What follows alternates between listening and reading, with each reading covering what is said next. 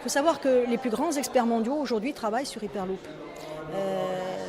Donc c'est l'inventeur de Tesla, les petits véhicules électriques, qui a lancé l'idée d'Hyperloop et qui le travaille à l'échelle mondiale. Il a lancé cet appel de projet international et dans le monde entier, donc les gens se sont positionnés et travaillent maintenant avec beaucoup de sérieux sur justement ce que peut être ce projet pour l'avenir.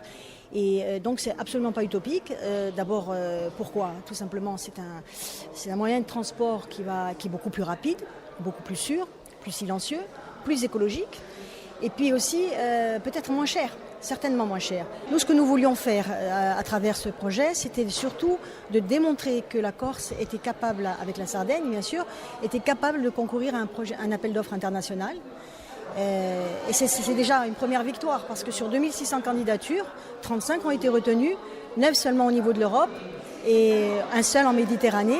C'est celui qui a été retenu, c'est le projet Corse-Sardaigne qui traverse les deux îles et qui les réunit.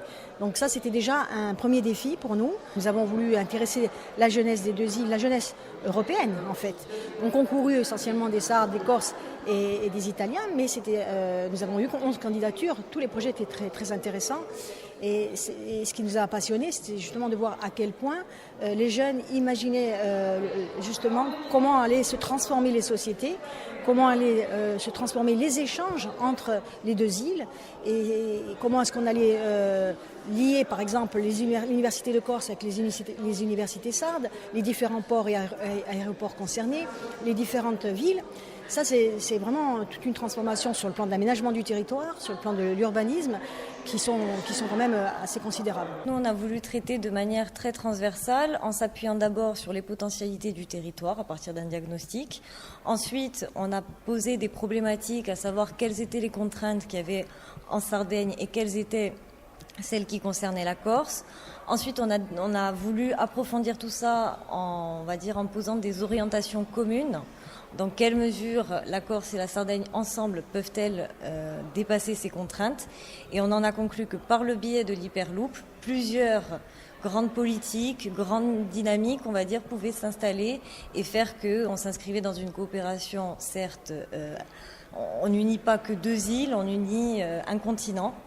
Et dans cette mesure, on pourra les intégrer, de manière mondiale et plus globale. On s'est d'abord focalisé sur la barrière de la langue, quelque chose de très, très concret, très terre à terre, en se disant que, ma foi, si on développe une coopération socio-linguistique, on arrive déjà à soulever un certain nombre de problématiques de communication, tout simplement.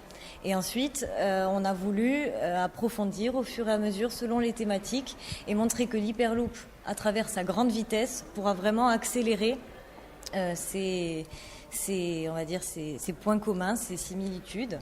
Et petit à petit, on a touché à toutes les thématiques, environnement, la gestion des déchets. Ce sont des choses, de